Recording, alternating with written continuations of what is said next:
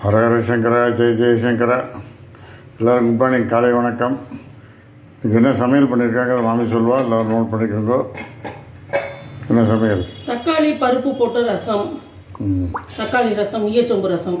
தக்காளி 2 போட்டு ஒரு சின்ன நெல்லிக்காய் அளவு புளி கரைச்சி ஊற்றி, பச்சை மிளகாயும் 1 போட்டு, உப்பு போட்டு, ரசப்பொடி போட்டு, கட்டி பெருங்காயம் போட்டு கொதிக்க விட்டேன். நல்லா அந்த புளி வாசனையும் சாம்பார் பொடி ரசப்பொடி வாசனையும் போனதுக்கப்புறம் பருப்பு கடைஞ்சி ஒரு 50 கிராம் பருப்பு வேக வச்சு கடைஞ்சி தண்ணியோட ஊற்றி நெய்யில் கடுகு தடிச்சு கொட்டி கொத்தமல்லி போட்டு வச்சுருக்கேன். ரசம் இது கொத்தமல்லி தொக்கு.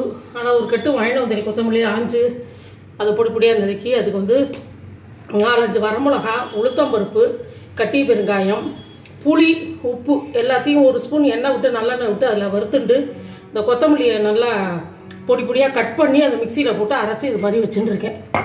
கொத்தமல்லி தொக்கு இதுதான். ஆமாம், கொத்தமல்லி தொக்கு. இதை போட்டு நல்லா நல்லெண்ணெய் நெய் ஊற்றின்னு சாப்பிட்டோம்னா சூப்பராக இருக்கும், உடம்புக்கு நல்லது. உடம்புக்கு ரொம்ப நல்லது. ஆமாம். அடுத்து வெண்டைக்காய் கறி பண்ணியிருக்கேன். இந்த மாதிரி வெண்டைக்காய் இருந்தது, உப்பு காரம் பெருங்காயம் போட்டு கறி பண்ணி வச்சுருக்கேன். அவ்வளோதான், ரொம்ப ரோஸ்டெல்லாம் பண்ணல, சுமாராக தான் இது பண்ணியிருக்கேன். வெண்டைக்காய் கறி இதுதான் எங்கள் இடத்துல மெனு. தயிர் சாதம், வடுமாங்காய். ஸோ இன்றைக்கி இதான் இப்போ சமையல் பண்ணியிருக்கேன் மாமி. இதெல்லாம் செஞ்சு பாருங்கள். செஞ்சு பார்த்துட்டு ஏதாவது டவுட் இருந்தால் கமெண்ட்டில் கேளுங்க. லைக் பண்ணுங்கள், ஷேர் பண்ணுங்கள், விடாமல் சப்ஸ்கிரைப் பண்ணுங்கள். Thank you very much. பாய்.